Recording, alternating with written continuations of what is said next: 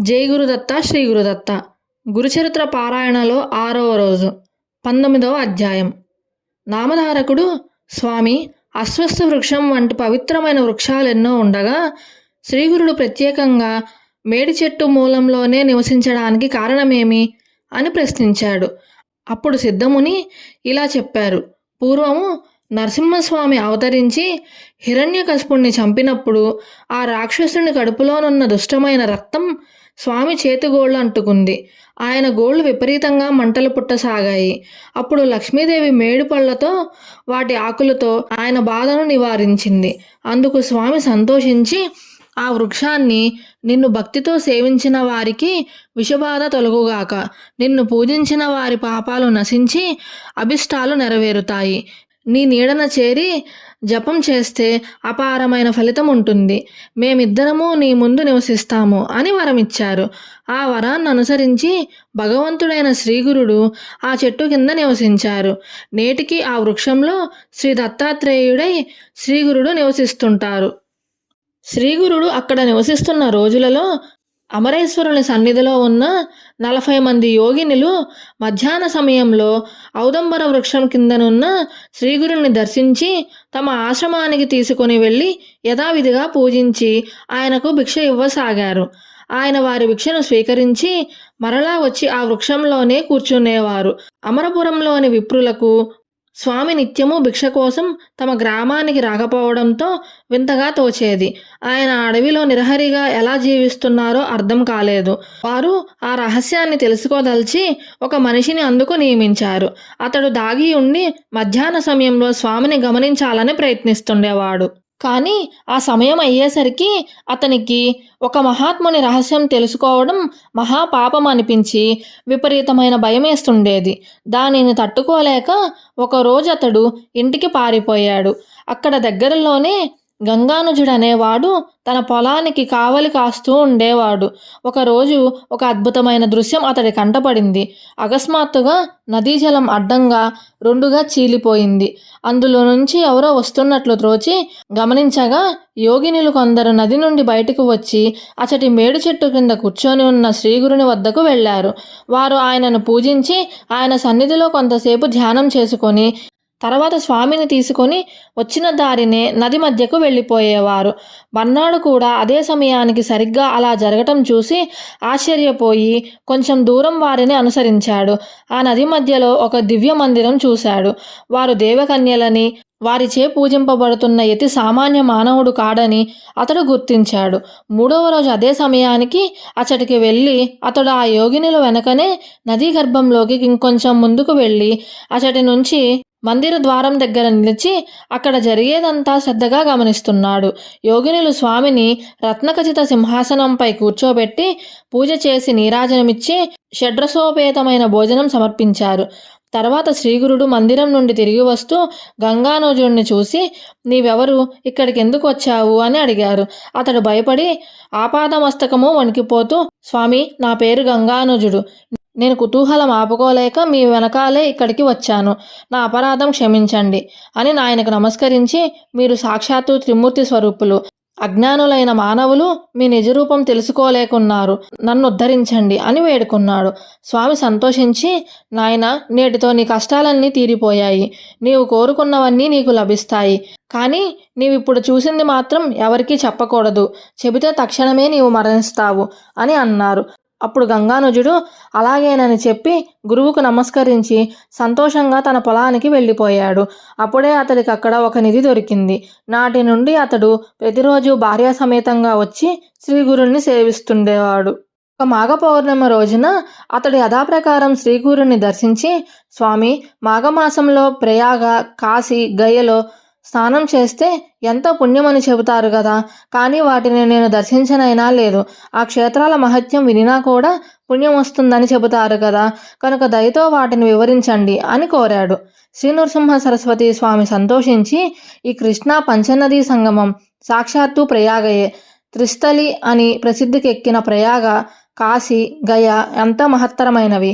అలాగే ఇక్కడి సంగమము, యుగాలయము, కరవీరము అనే 3 కూడా త్రిస్థలి అని తెలుసుకో. ఈ 3టిని నీకిప్పుడే చూపిస్తాను అని చెప్పి స్వామి పులిచర్మంపై కూర్చొని అతన్ని తమ పాదాల వద్ద గట్టిగా పట్టుకోమని కళ్ళు మూసుకోమన్నారు. క్షణకాలంలో శ్రీగురుడు అతనిని ప్రయాగ దర్శనం చేయించి మధ్యాహ్నం కాశీలో విశ్వనాథుని దర్శనం చేయించారు. సాయంత్రం అయ్యేసరికి గయ దర్శనం కూడా చేయించి సూర్యాస్తమయానికి తిరిగి అతనిని సంగమానికి తీసుకువచ్చారు. తర్వాత ఆ త్రిస్థలితో సమానమైన అక్కడ ఉన్న 3 క్షేత్రాలను కూడా చూపించారు. ఈ రీతిన ఆ స్వామి ఆ క్షేత్ర మహత్యం చెప్పారు. స్వామి ఆ తరువాత ఈ ప్రదేశం నుంచి విడిచి వెళ్ళిపోవాలనుకున్నారు. ఆ సంగతి విని యోగినులు ఆయనను దర్శించి నమస్కరించి, ప్రభు, మీ సేవకులమైన మమ్మల్ని వదిలిపెట్టి ఎక్కడికి పోతారు అని విలపించారు. శ్రీగురుడు వారిని ఊరడించి, లోకుల దృష్టికి వెళ్ళినట్లు కనిపించినా మేము నిజానికి అదృశ్యంగా ఈ ఔదంబర వృక్షంలోనే ఎల్లప్పుడూ ఉంటాము. మీరు కూడా మనోహరమైన ఈ కల్పవృక్షంలోనే నివసించండి. అమరపురానికి తూర్పు దిశన మా నివాసమైన ఈ క్షేత్రం లోకప్రసిద్ధి అవుతుంది. ఇక్కడ అన్నపూర్ణాదేవిని కూడా మేము ప్రతిష్ఠిస్తాము. మిమ్మల్ని ఈ ఔదంబర వృక్షాన్ని, మా పాదుకులను, ద్విజులను పూజించి ఇచ్చట తీర్థాలలో స్నానం చేసిన వారికి సర్వ పాపాలు నశిస్తాయి, అపారమైన పుణ్యం వస్తుంది అని చెప్పారు. ఈ వృక్షం క్రింద నేను చేసిన హోమము, జపము, రుద్రాభిషేకము మొదలైన సత్కర్మలకు 1,000,000 రెట్ల ఫలితం ఉంటుంది. ఇచ్చట పాదుకులను పూజించి నెమ్మదిగా ప్రదక్షిణలు చేసి ప్రతి ప్రదక్షిణానికి చివర నమస్కారం చేసిన వారికి సర్వరోగాలు నశిస్తాయి అని చెప్పారు. శ్రీగురుడు ఆశ్వయుజ బహుళ ద్వాదశి నాడు గంధర్వ నగరంలోని భీమా అమరజా సంగమానికి వెళ్ళారు. శ్రీ నృసింహ సరస్వతి స్వామి విశ్వరూపుడైన జగన్నాథుడు. ఆయన సర్వవ్యాపి అయినప్పటికీ ఈ ఔదంబర వృక్షంపై ప్రేమతో దాని కింద నిత్య నివాసము చేస్తూనే ఉన్నారు. ఇంతటితో 19వ అధ్యాయం సమాప్తం. 20వ అధ్యాయం ప్రారంభం.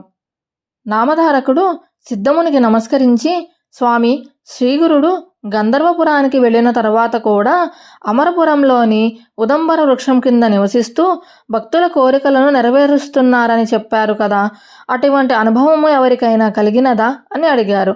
అప్పుడు సిద్ధముని సంతోషించి ఇలా చెప్పసాగారు. నాయన, అటువంటి నిదర్శనాలు ఎన్నో ఉన్నాయి. అవన్నీ చెప్పటం ఎవరితరమూ కాదు. అయినా ఒక్క నిదర్శనం మాత్రం చెబుతాను విను. సిరోలా అనే గ్రామంలో వేదశాస్త్ర పారాయణుడు, ఉదారుడు అయిన గంగాధరుడనే బ్రాహ్మణుడు ఉండేవాడు. అతని భార్య శాంతాదేవి మహాపతివ్రత. ఆమెకు 5 కొడుకులు పుట్టారు గాని ఒక్కరు కూడా దక్కలేదు. ఆమె ఎందరో దేవతలను పూజించింది, ఎన్నో వ్రతాలు ఉపవాసాలు చేసింది. అయినా ఆమె కర్మ తీరలేదు. చివరకు ఆమె తన శోకానికి కారణము, నివారణోపాయము తెల్పమని ఒక దైవజ్ఞుని కోరింది. అతడు, అమ్మ, నీ గర్భశోకానికి కారణం నీవు చేసిన పూర్వపాపమే. గర్భపాతం చేసిన, ఇతరుల ధనం అపహరించిన, తర్వాత జన్మలలో పుట్టిన బిడ్డలందరూ చనిపోతారు. నీవు గత జన్మలలో శౌనక గోత్రుడైన ఒక బ్రాహ్మణుని వద్ద 100 రూపాయలు అప్పుగా తీసుకొని అతడెంత బ్రతిమాలినా తిరిగి ఇవ్వలేదు. అతడు ఆ దిగులుతో ఆత్మహత్య చేసుకొని పిశాచి అయి ఈ జన్మలో నీ పిల్లలందరినీ చంపుతున్నాడు. నీ కర్మ అనుభవించక తీరదు అని చెప్పాడు. ఆమె పశ్చాత్తాపంతో అతని పాదాలపై పడి ఆ పాపానికి పరిహారం చెప్పమని కోరింది. ఆ దైవజ్ఞుడు జాలిపడి, అమ్మ, ఆ బ్రాహ్మణుడు ఆత్మహత్య చేసుకున్నందువలన అతనికి శ్రాద్ధకర్మలు ఎవరూ చేయలేదు కనుక నీవు 1 నెల రోజుల పాటు పంచగంగా స్నానం చేయాలి. నిత్యము 7 సార్లు మేడి చెట్టుకు యథావిధిగా ప్రదక్షిణము, పూజ చేసి శ్రీగురుని పాదాలకు పూజ, అభిషేకము చేస్తూ ఉపవాసం చేయి. అటు తర్వాత నీవతనికి అంత్యక్రియలు చేసి అతని సగోత్రికుడైన ఒక బ్రాహ్మణుడికి నీవు అపహరించిన 100 రూపాయలు దానమివ్వాలి. అలా చేస్తే నీకు కలిగిన సంతానము నిలుస్తుంది. అప్పుడు నీ దోషాలు తొలగి శ్రీగురుని అనుగ్రహం వలన పూర్ణాయుద్ధాయం గల కొడుకులు కలుగుతారు. ఆ మాటలు విని శాంతాదేవి దీనంగా, అయ్యా, నేను శరీరంతో శ్రమించి మీరు చెప్పిన మాసవ్రతం ఆచరించగలను, కానీ నా దగ్గర దానం ఇవ్వడానికి ఆ డబ్బులు లేవు. మరి నేనేమి చేయాలి అని వాపోయింది. ఆ దైవజ్ఞుడు, అమ్మ, అలాగైతే నిర్మలమైన మనస్సుతో నేను చెప్పినట్లు శ్రీగురుడి పాదుకలను అర్చించి నీ శక్తి మేరకు దానము ఇవ్వు. ఆ ఔదంబర వృక్షంలో నిత్య నివాసం చేస్తున్న శ్రీగురుడు పరమదయామూర్తి గనుక నీ భక్తికి మెచ్చి నీ పాప పరిహారం చేస్తారు అని చెప్పారు. అప్పుడు శాంతాదేవి పంచగంగ సంగమానికి వెళ్ళి దీక్షగా ఆ వ్రతమాచరించనారంభించింది. మూడో రోజు ఆమె ప్రదక్షిణం చేసి నీరసంతో పడుకోగానే కునుకు పట్టి స్వప్నం వచ్చింది. కలలో ఆ పిశాచం కనిపించి ఆమెను భయపెట్టి తన సొమ్ము తిరిగివ్వకుంటే ఆమె వంశం నాశనం చేస్తానని తన మీదకు దూకాడు. అప్పుడు ఆమె మేడు చెట్టు వద్దకు పరిగెత్తింది. అక్కడ శ్రీగురుడున్నాడు. ఆమె ఆయన చాటుకు వెళ్ళింది. శ్రీగురుడు ఆమెకు అభయం ఇచ్చి ఆమె మీదకు వస్తున్న ఆ పిశాచాన్ని అడ్డగించారు. అప్పుడు ఆ పిశాచం ఆయనతో తనకు ఆమె చేసిన అన్యాయం గురించి చెప్పి, స్వామి, తపస్సులు యతీశ్వరులు అయిన మీకు ఆమె పట్ల పక్షపాతం తగదు అని మొరపెట్టుకున్నాడు. అప్పుడు శ్రీగురుడు కోపంతో, నీవు భక్తులను బాధిస్తే నిన్ను శిక్షిస్తాను. ఆమె ఇలా బాధిస్తే నీకు ఇంకా పాపాలు చుట్టుకుంటాయే గాని లాభమేమిటి? ఈమె నీ డబ్బు అపహరించింది. అది పూర్వజన్మలో కదా. ఈ జన్మలో ఈమె నిరుపేదరాలు. అందువలన ఈమె చేత కర్మలు చేయించి యథాశక్తి దానం ఇప్పిస్తాను. నీకు సద్గతి ప్రసాదిస్తాను. మేము చెప్పినది నీకు నచ్చితే సరే, లేకపోతే నీకు శుద్ధి తప్పదు. మేము మాత్రం ఈమెను రక్షించి తీరుతాము అని అన్నారు. ఆ పిశాచం, స్వామి, మీ దర్శనం వల్లనే నా కాఠిన్యం నశించింది. మీరు ఎలా చేసినా సంతోషమే అని అన్నాడు. శ్రీగురుడు శాంతాదేవితో, అమ్మ, నీవు యథాశక్తి పైకం వెచ్చించు. అతనికి ఉత్తమ గతి సంకల్పించి అంత్యక్రియలు జరిపించు. నీ బ్రహ్మహత్యా దోషం తొలగి పూర్ణాయువు గల కొడుకులు కూతుర్లు కరుగుతారు అని చెప్పి వెనుక దైవజ్ఞుడు చెప్పిన విధానమే ఆమె ఆయనకు వివరించారు. ఆమె నిద్ర లేచి సంతోషంతో స్వామి చెప్పినట్లే చేసి 16వ రోజున ఆ బ్రాహ్మణునికి కర్మ చేయించింది. ఆమెకు బ్రహ్మహత్య దోషము, ఆ బ్రాహ్మణునకు పిశాచత్వము తొలగిపోయాయి. తరువాత ఒకరోజు శాంతాదేవికి శ్రీగురుడు కళ్ళలో కనిపించి 2 కొబ్బరికాయలు ఆమె ఒడిలో వేసి, అమ్మా, నీ వ్రతం పూర్తయింది కదా, పారాయణకు ఈ కాయలు వాడుకో.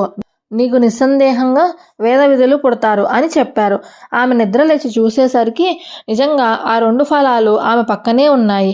ఆమె వెంటనే ఆ కళ గురించి తన భర్తకు చెప్పింది.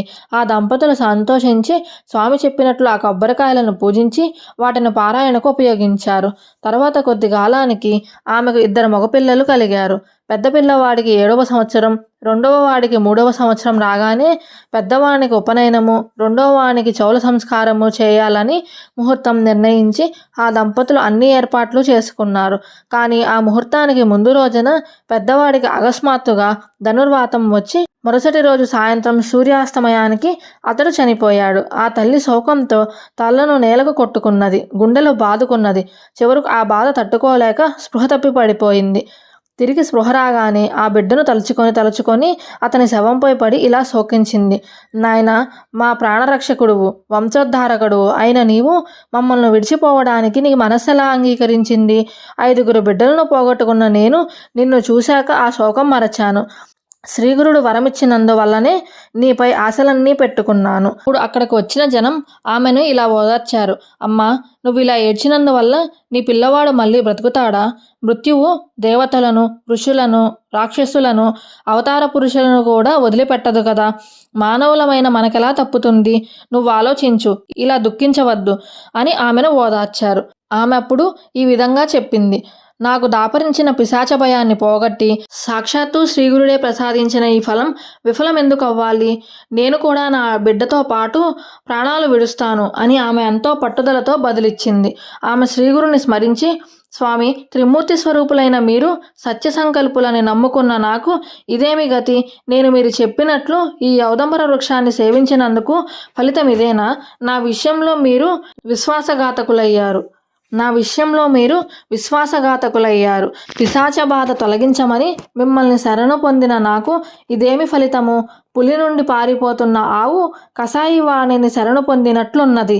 తన కష్టాలు నివారించుకోవడానికి దేవాలయంలో ప్రవేశించిన వానిపై ఆలయం విరిగిపడినట్లున్నది. నాకు ఇంతగా ఆశ చూపిన మీరు నా బిడ్డను ఎందుకు రక్షించరు అని రాత్రంతా ఆమె దుఃఖిస్తూనే ఉన్నది. మరుసటి రోజు ఉదయాన్నే ఆ గ్రామంలోని బ్రాహ్మణులు వచ్చి ఆమెను, అమ్మ, నీవిలా శోకించినందువలన లాభమేమిటి? జరగవలసినది జరగకుండా తప్పుతుందా? నీవి మూర్ఖత్వం విడిచి శవాన్నిస్తే అంత్యక్రియలు చేస్తాము అని చెప్పారు. కానీ ఆమె మాత్రం తన పట్టు విడవక, ఈ శవంతో పాటు నాకు కూడా అంత్యక్రియలు చేయండి, లేకుంటే నేనివ్వను అని చెప్పి ఆ శవాన్ని తన హృదయానికి గట్టిగా హత్తుకున్నది. ఆ బ్రాహ్మణులు ఆశ్చర్యపోయి బిడ్డతో కలిసి అగ్నిప్రవేశం చేయడం అన్నది మేము కనీ విని ఎరుగము, ఇదెక్కడి ధర్మము అని అనుకున్నారు. ఆమె మాత్రం మధ్యాహ్న సమయం దాటిపోతున్న శవాన్ని వారికి అప్పగించ సహించలేదు. చివరిగా ఆమె శ్రీగురుని మీద నిష్ఠూరం ఆడుతూ తాను ఆ బిడ్డతో సహా ప్రాణత్యాగం చేస్తానని ఆ శవాన్ని తీసుకుని నది ఒడ్డుకు చేరింది. జనులంతా ఆమెను అనుసరించారు. ఇంతలో ఒక బ్రహ్మచారి ఆమె వద్దకొచ్చి తత్వముపదేశించాడు. అతడెవరో కాదు, త్రిమూర్తి స్వరూపము భక్తవత్సలుడు అయిన శ్రీగురుడే. ఇంతటితో 20వ అధ్యాయం సమాప్తం. 21వ అధ్యాయం ప్రారంభం. పుత్రశోకంతో కిన్నురాలై నదీ తీరానికి వెళ్తున్న శాంతాదేవిని సమీపించి ఆ బ్రహ్మచారి ఇలా అన్నారు. అమ్మ, నీవు మూర్ఖంగా దుఃఖించవద్దు. ఈ జనన మరణ చక్రంలో శరీరాలు నీటి బుడగలలాగా పుట్టి నశిస్తుండడం సహజమే. కర్మానుసారం పంచభూతాల కలయిక వలన శరీరం ఏర్పడి కర్మ తీరిపోగానే పంచభూతాలు విడిపోవడం వలన శరీరం నశిస్తుంది. ఈ సృష్టిలో ఇది ఎవరికైనా తప్పదు. అది తెలిసిన జ్ఞానులు పుట్టుక వలన సంతోషాన్ని కానీ మరణం వలన దుఃఖం కానీ పొందరు. ఎన్నెన్ని జన్మలలో ఎవరికి తల్లులో బిడ్డలో భర్తలో ఎవరికెరుక? ఇతడు నీ బిడ్డడన్న భ్రాంతితో శోకిస్తున్నావు. ఆ మమకారాన్ని విడిచి శాస్త్ర విధిని అనుసరించి అంత్యక్రియలకై వారికి శవాన్ని అప్పగించు అని అన్నారు. అప్పుడు శాంతాదేవి ఆ మాటలు విని, అయ్యా, మీరు కరుణతో ఉపదేశించినది ధర్మమే, కానీ అది నా మనసులో కొంచెం కూడా నిలవడం లేదు. జనన మరణాలకు మూలం కర్మ అయితే భగవంతుని సేవ వలన నశిస్తుందని పెద్దలు ఎలా చెప్పారు? నాకు పూర్వకర్మ దోషమున్నదని తెలిసే నేను స్వామిని సేవించాను. శ్రీగురుడు నాకు అభయం ఇచ్చి వరమిచ్చారు. ఇప్పుడు మరి నన్నెందుకు ఇలా ఉపేక్షిస్తున్నారు? అలానే శ్రీగురుని సేవించి ఆయన ఇచ్చిన అభయాన్ని నమ్ముకోవడమే నా మూర్ఖత్వమా? నా బిడ్డ శతాయుష్మంతుడవుతాడని ఆయన వరమిచ్చారు. నాకు దాపరించిన పిశాచి భయాన్ని పోగొట్టి సాక్షాత్తు ఆ భగవంతుడే ప్రసాదించిన ఈ ఫలం విఫలం ఎందుకు కావాలి? ఆయన యొక్క ఈ కీర్తి నలుదిశలా వ్యాపించడానికైనా నా దేహాన్ని కూడా ఆయనకే సమర్పిస్తాను అని అన్నది. అప్పుడు బ్రహ్మచారి, అమ్మ, అలా అయితే నీవు ఇక్కడ దుఃఖించి ఏమి ప్రయోజనం? నీకు ఎక్కడైతే వరం లభించిందో అక్కడికే ఈ శవాన్ని తీసుకెళ్ళి అడుగు అని ఉపాయం చెప్పారు. అప్పుడు ఆ తల్లి అందుకు అంగీకరించి శవాన్ని తన కడుపున కట్టుకొని పంచగంగా సంగమంలో శ్రీగురుడు ఉండే ఉదంబర వృక్షం వద్దకు వెళ్ళింది. అక్కడ ఆమె పట్టరాని క్రోధావేశంతో అచటి పాదుకులకు తన తలను కొట్టుకుంటుంటే రక్తం కారి పాదుకలు తడిచాయి. సాయంత్రం అయ్యేసరికి బ్రాహ్మణులు వచ్చి ఆమెతో, నీవు దుఃఖం అణుచుకొని కర్తవ్యం ఆలోచించు. కొద్దిసేపట్లో సూర్యాస్తమయం అవుతుంది. శవం ఇంకా వాసన కూడా వస్తుంది. కనుక దానిని మాకు అప్పగించు. అంతేకాక ఈ స్థలం ఊరికెంతో దూరం. ఈ ప్రదేశంలో మీరు ఎక్కువసేపు ఉండడం మంచిది కాదు అని ఆమెకు చెప్పారు. కానీ ఆమె అదేమీ పట్టించుకోకుండా శవాన్ని మరింత గట్టిగా పట్టుకొని పాదుకులకు తన తల కొట్టుకుంటూనే ఉన్నది. ఆ బ్రాహ్మణులు వేరు దారి లేక, ఇక చీకటి పడుతున్నది, ఇక్కడ దొంగల భయం ఉన్నది, మనం ఇళ్లకు వెళ్ళి రాత్రి ఉపవాసం ఉండి తెల్లవారాక శవ సంస్కారం చేద్దాము అని వెళ్ళిపోయారు. గంగాధరుడు, శాంతాదేవి మాత్రం ఆ శవంతో పాటు శ్రీగురుని సన్నిధిలో ఆ రాత్రి అలానే ఉండిపోయారు. పిల్లవాడు చనిపోకముందు 3 రోజులు, తర్వాత 3 రోజులుగా నిద్రాహారాలు లేకుండా ఏడ్చి సోలిపోయిన ఆమెకు నాటి తెల్లవారుజామున కునుకు పట్టింది. అప్పుడు ఆమెకు స్వప్నంలో శ్రీగురుడు దర్శనమిచ్చి ఆయన జడలు, విభూది, పులితోలు, రుద్రాక్షమాలలు ధరించి ఉన్నారు. ఒక చేతిలో దండము, మరొక చేతిలో త్రిశూలము ధరించి ఉన్నారు. వీరున్న ఔదంబర వృక్షం కిందకు వచ్చి ఆమెతో, అమ్మ, నాపై నిష్ఠూరాలాడావెందుకు? నీ బిడ్డకేమైంది? నేనిప్పుడే అతనికి వైద్యం చేస్తాను అని ఆ శవానికి విభూది పూసి పిల్లవాని ముక్కులోకి గాలి ఊది, అమ్మ, నేను మీకేం అపకారం చేశాను? ఇంకా ఉపకారమే చేశాను. నీ బిడ్డ శరీరం నుండి వెళ్ళిపోయిన ప్రాణవాయువుని మళ్ళీ ప్రతిష్ఠించాను. నా మీద కోప్పడకు, ఇక దుఃఖించకు అని చెప్పి అదృశ్యులయ్యారు. శాంతాదేవి తుల్లిపడి నిద్రలేచింది. కానీ ఇది నా పుత్ర వ్యామోహం వలన వచ్చిన కలే గాని చనిపోయిన వాడింక బతుకుతాడా? నా ప్రారంధం ఇలా ఉంటే శ్రీగురుడేమి చేస్తాడు అని అనుకున్నది. ఇంతలో పక్కనున్న శవం కదలసాగింది. ఆమె త్రాకి చూస్తే వెచ్చగా ఉన్నది. అంతలోనే ఆమెకు ఆ శరీరంలో ఏదైనా భూతం ఆవహించిందా అని భయమేసి ఆమె దూరంగా వెళ్ళింది. కానీ పిల్లవాడు లేచి కూర్చొని, అమ్మ, ఆకలేస్తున్నది, అన్నం పెట్టు అని ఏడుస్తూ ఆమె వద్దకొచ్చాడు. ఆమెకప్పుడు అద్భుతంగా సన్యం వచ్చింది. ఆమె అప్పుడు బిడ్డకు పాలిచ్చి భర్తను నిద్రలేపి జరిగినదంతా వివరించింది. అప్పుడు ఆ దంపతులు భక్తితో ఆ ఔదంబర వృక్షాన్ని ప్రదక్షిణాలు చేసి సాష్టాంగ నమస్కారం చేసి శ్రీగురుని ఇలా స్తుతించారు. ఓ శ్రీ గురుమూర్తి, జయము జయము. సాక్షాత్తు త్రిమూర్తి స్వరూపులైన మీరు భక్తులపై వాత్సల్యంతో మానవ రూపం ధరించారు. వారి హితం కోరి నిరంతరము వారిని కనిపెట్టి కాపాడి తరింపచేయడానికై ఈ క్షేత్రంలో వెలిశారు. భక్తుల తాపాలను హరించే మీ మహత్యాన్ని వర్ణించడం ఎవరితరమూ కాదు. తల్లివలే మీరు మా తప్పులను క్షమించి మాపై కృపచూపమని మిమ్మల్ని శరణు వేడుతున్నాము అని అడిగారు. తర్వాత వారు పిల్లవానితో సహా వెళ్ళి సంగమ స్నానం చేసి ఆ నీటితో గురుపాదుకలు కడిగి శుభ్రం చేసి ఔదంబర వృక్షాన్ని పాదుకలను అభిషేకించి పూజించారు. ఇంతలో సూర్యోదయం అయింది. శవదహనము కోసమని గ్రామం నుంచి వచ్చిన బ్రాహ్మణులు ఆ బాలుడు బ్రతికి ఉండడం చూసి ఆశ్చర్యపడి శ్రీగురుని మహిమను కొనియాడారు. ఆ దంపతులు ఆనందంతో బ్రాహ్మణులకు భోజనం పెట్టారు. తర్వాత ఆ పిల్లవాడు విద్యా వినయ సంపన్నుడు, దీర్ఘాయువు, భాగ్యవంతుడు అయ్యాడు. కనుక నామధారక, ఈ క్షేత్ర మహిమను వర్ణించడం ఎవరితరమూ కాదు. అచటి మేడి చెట్టు మూలంలో శ్రీగురుడు నిశ్చయంగా నిత్య నివాసం చేస్తున్నాడు. అక్కడ ఆయనను భక్తితో సేవించిన వారికి కోరినవన్నీ నెరవేరుతాయి, సందేహం లేదు. అందుకే అచటి మేడి చెట్టు సాక్షాత్తు కల్పవృక్షమే. ఇంతటితో 21వ అధ్యాయం సమాప్తం. 22వ అధ్యాయం ప్రారంభం. నామధారకుడు, సిద్ధముని, మీ వలన నాకు అజ్ఞాన అంధకారం తొలగి జ్ఞానోదయమైంది. అందువలన మీరే నా గురుదేవులు. కామధేనువు వంటి శ్రీగురు చరిత్ర నాకు వినిపించి నాలో గురుభక్తిని వికసింపచేస్తున్నారు.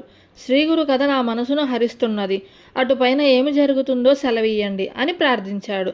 అప్పుడు సిద్ధయోగి, నాయనా, నీకు గురుకృప లభించింది. నీకు ఈ కథ వినిపించడం వల్ల నా జన్మ కూడా ధన్యమైంది.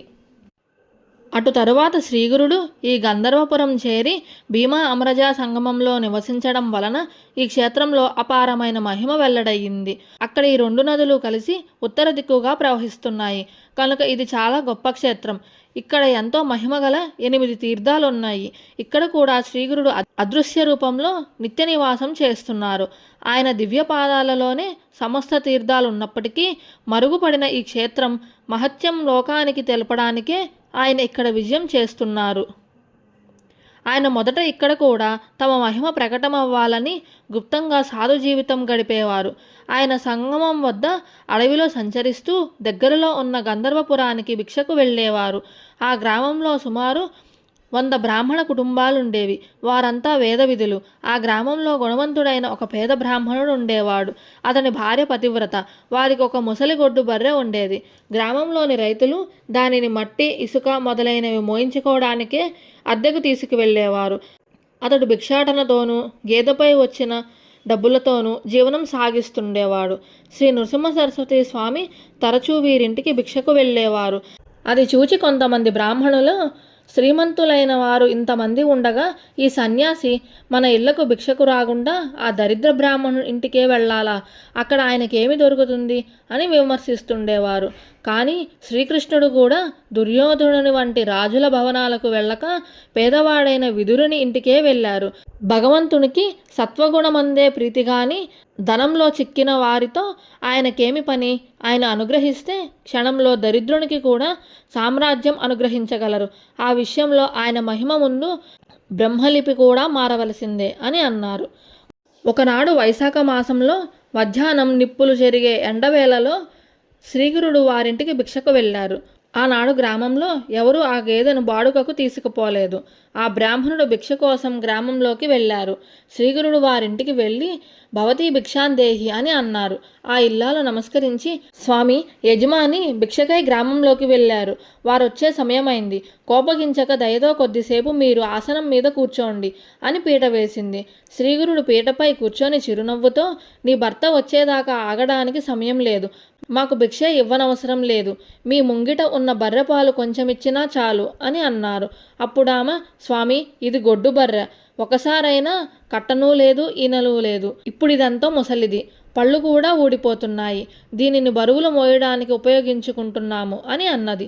అప్పుడు శ్రీగురుడు, అదేమి పట్టించుకోకు, ఎందుకు ఈ వట్టి మాటలు? అయినా పాలు పితుకు చూస్తాము అని అన్నారు. ఆయన స్వయంగా చూస్తే వాస్తవం తెలుస్తుందని తలిచి ఆమె పాత్ర తెచ్చి పితకనారంభించింది. ఆశ్చర్యం! ఆ గొడ్డు బర్రె 2 పాత్రలు నిండుగా పాలు ఇచ్చింది. ఆ ఇల్లాలు ఆశ్చర్యపడి ఆ యతీశ్వరుడు సాక్షాత్తు పరమేశ్వరుడేనని తెలుసుకున్నది. వెంటనే ఆమె పాలు కాచి స్వామికి సమర్పించింది. శ్రీగురుడు ఆ పాలు త్రాగి సంతోషించి, అమ్మా, మీరు అఖండ ఐశ్వర్యంతోనూ పుత్రపౌత్రులతోనూ సుఖించగలరు అని ఆశీర్వదించి సంగమానికి వెళ్ళిపోయారు. తర్వాత ఆ బ్రాహ్మణుడు ఇంటికి వచ్చి జరిగిన వింత తెలుసుకొని భార్యతో కూడా సంగమానికి వచ్చి స్వామిని పూజించాడు. తర్వాత వారికి స్వామి ప్రసాదించిన వరం అక్షరాలా ఫలించింది అని అన్నారు. ఇంతటితో 22వ అధ్యాయం సమాప్తం. 23వ అధ్యాయం ప్రారంభం. సిద్ధముని ఇంకా ఇలా చెప్పారు. నామధారక, శ్రీగురుడు గొడ్డుబర్రె నుండి పాలు పితికించడంతో అంతవరకు గుప్తంగా ఉన్న ఆయన మహిమ వెల్లడైపోయింది. ఆ మర్నాడు కొందరు గ్రామస్తులు మట్టి తోలుకోవడానికి బర్రెను బాడుగకు అడగగా అప్పుడు ఆ బ్రాహ్మణుడు, అయ్యా, మా గేదె పాలిస్తున్నది కనుక ఇక నుండి దానిని మట్టి తోలడానికి పంపలేము అని చెప్పారు. నాడు ఆ గేదె ఇచ్చిన పాలు చూపించారు. ఆ గ్రామస్తులు, అరెరే, ఇంతవరకు ఒక్కసారైనా కట్టని ఈ ముసలి బర్రె పాలు ఎలా ఇచ్చింది అని ఆశ్చర్యపోయారు. అద్భుతమైన ఈ వార్త ఆ ప్రాంతమంతా పాకి ఆ నగరం ఎలా రాజుకు చేరింది. ఆశ్చర్యపడి కుతూహలంతో బ్రాహ్మణుడి ఇంటికి వచ్చి చూసి అది సంగమంలో నివసిస్తున్న యతీశ్వరుని మహిమ అని తెలుసుకున్నాడు. వెంటనే అతడు సకుటుంబంగా సంగమానికి వెళ్ళి శ్రీగురునికి పొర్లుదండాలు పెట్టి సాష్టాంగ నమస్కారం చేసి ఇలా స్తుతించాడు. జగద్గురు, మీకు జయము. మాయామోహితుడైన నాకు త్రిమూర్తి స్వరూపులైన మీ అపార మహిమ తెలియదు. పరంజ్యోతి స్వరూప, నన్ను మీరే ఈ సంసారం నుండి ఉద్ధరించాలి. పామరుల దృష్టికి మానవునిలాగా కనిపించే మీరు విశ్వకర్తలు. శ్రీ నృసింహ సరస్వతి స్వామి సంతోషించి అతనిని ఆశీర్వదించి, రాజా, మేము తపస్సులము, అరణ్యంలో నివసించే సన్యాసులము. నీవు కుటుంబంతో కలిసి నా దర్శనానికి వచ్చావేమి అని అన్నారు. రాజు సవినయంగా స్వామికి నమస్కరించి, ప్రభు, మీరు భక్తులను ఉద్ధరించడానికి అవతరించిన నారాయణులే. వాత్సల్యంతో వారి కోరికలను అనుగ్రహించి సంతోషపెట్టడమే మీ స్వభావం. అట్టి మీరు ఈ అడవిలో నివసించడం ఎందుకు? నా ప్రార్థనను మన్నించి మీరు గంధర్వపురంలోనే నివసించండి. మీరు అనుష్ఠానం చేసుకోవడానికి మఠం సమర్పించుకుంటాను. మీరు అక్కడ ఉండి మమ్మల్ని ఉద్ధరించండి, మా పట్టణాన్ని పావనం చేయండి అని స్వామి పాదాలు పట్టుకున్నాడు. అప్పుడు స్వామి, ఇది భగవతేచ్ఛ. మేము ప్రకటమయ్యే సమయం ఆసన్నమైంది కనుక కొంతకాలం గంధర్వపురంలో నివసించి రాజును భక్తులను రక్షించాలి అనుకొని అనుమతించారు. రాజు ఎంతో సంతోషించి శ్రీగురుణ్ణి పల్లకీలో కూర్చోబెట్టి నృత్య గీతానాదాలతో పట్నానికి తీసుకువెళ్ళాడు. పల్లకీకి ముందు ఏనుగులు, గుర్రాలు, వాటి వెనుక రాజు, అతని పరివారము, 100 మాగధులు నడిచి వచ్చారు. రాజు స్వయంగా స్వామికి ఛత్రం పట్టుకున్నాడు. విప్రులు వేదమంత్రాలు చదువుతుంటే 100 మాగధులు శ్రీగురుణ్ణి స్తుతిస్తున్నారు. నగరవాసులందరూ భక్తితో స్వామికి ఎదురేగి జయ జయ ధ్వానాలు చేస్తూ ఊరిలోకి తీసుకొస్తున్నారు. ఊరేగింపు పడమటి దిక్కు నుండి గంధర్వ నగరంలో ప్రవేశిస్తున్నది. అక్కడ ఒక పెద్ద రావి చెట్టు ఉన్నది. దాని సమీపంలోని ఇళ్లన్నీ పాడుబడి నిర్మానుష్యంగా ఉన్నాయి. అందుకు కారణం ఆ చెట్టు మీద ఒక బ్రహ్మరాక్షసుడు ఉండేవాడు. అతడు ఆ ప్రదేశంలోకి వచ్చిన మానవులను, జంతువులను మింగివేస్తున్నాడు. అతనికి భయపడి ఆ ప్రాంతంలోని వారందరూ తమ ఇళ్లను విడిచిపోయి ఆ పట్టణంలోనే వేరొక చోట నివసిస్తున్నారు. ఊరేగింపు ఆ చెట్టు దగ్గరకు రాగానే స్వామి తన పల్లకీ నుండే ఆ చెట్టుపైకి చూశారు. మిగిలిన ఎవ్వరికీ కనిపించకపోయినా ఆ బ్రహ్మరాక్షసుడు చెట్టు దిగి వచ్చి స్వామికి నమస్కరించి తనను ఉద్ధరించమని ప్రార్థించాడు. పరాత్పరుడు, కరుణామూర్తి అయిన శ్రీ నృసింహ సరస్వతి అతని తలపై చేయి పెట్టి ఆశీర్వదించారు. తక్షణమే అతనికి మానవాకారం వచ్చి అందరికీ కనిపించాడు. స్వామి అతనితో, నాయనా, నీవు వెంటనే సంగమానికి వెళ్ళి స్నానం చేయి, నీ పాపం నశించి ముక్తి పొందుతావు అని ఆదేశించారు. అతడు స్వామికి నమస్కరించి వెంటనే సంగమానికి వెళ్ళి స్నానం చేసి ఆ శరీరం విడిచిపెట్టి ముక్తి పొందాడు. ఈ సన్నివేశం చూసిన పట్నవాసులు శ్రీగురుడు సాక్షాత్తు పరమేశ్వరుడేనని తెలుసుకున్నారు. అప్పుడు శ్రీగురుడు, నాకు మఠం ఇక్కడే నిర్మించాలి అని అడిగారు. అప్పటికప్పుడు ఆ సమీపంలో ఉన్న ఒక పాడుబడిన ఇల్లు శుభ్రం చేశారు. దానికే ఆ రోజు ఒక మఠంగా రూపొందించి స్వామికి సమర్పించారు. స్వామి అందులో ఉంటూ రోజూ స్నానానికి, అనుష్ఠానికి, సంగమానికి వెళ్ళి వచ్చేవారు. నిత్యము రాజు ఆయనను దర్శించి పూజించేవాడు. శ్రీగురుడు సంగమానికి వెళ్ళేటప్పుడు, మళ్ళీ మఠానికి తిరిగి వచ్చేటప్పుడు ఆయనను పల్లకీలో కూర్చోబెట్టి రాజమర్యాదలతో తీసుకువెళ్ళేవారు. నిత్యము ఎందరెందరో శ్రీగురుడు దర్శనానికి వస్తుండేవారు.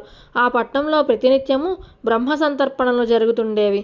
అలా శ్రీగురుని కీర్తి గ్రామాలకు పాకిపోయింది. గంధర్వ నగరానికి కొద్ది దూరంలోనే కుమసి అనే గ్రామంలో త్రివిక్రమ భారతి అయిన సన్యాసి ఉండేవారు. వేదవిధుడైన ఆ యతి నిత్యము నృసింహ సరస్వతి స్వామిని మానస పూజతో ఉపాసిస్తుండేవాడు. అతడు శ్రీగురుని గురించి విని ఆ యతి ధాంబికుడు, సన్యాసాశ్రమ ధర్మాన్ని విరుద్ధంగా వైభవం అనుభవిస్తున్నాడు అని ఆక్షేపించాడు. విశ్వవ్యాపి, సర్వసాక్షి అయిన శ్రీగురుడు ఆ సన్యాసి చేస్తున్న ఆత్మనిందను తెలుసుకున్నాడు. అప్పుడొక అద్భుతం జరిగింది. ఇంతటితో 23వ అధ్యాయం సమాప్తం. ఇంతటితో ఈరోజు పారాయణ పూర్తయింది. జై గురుదత్త, శ్రీ గురుదత్త.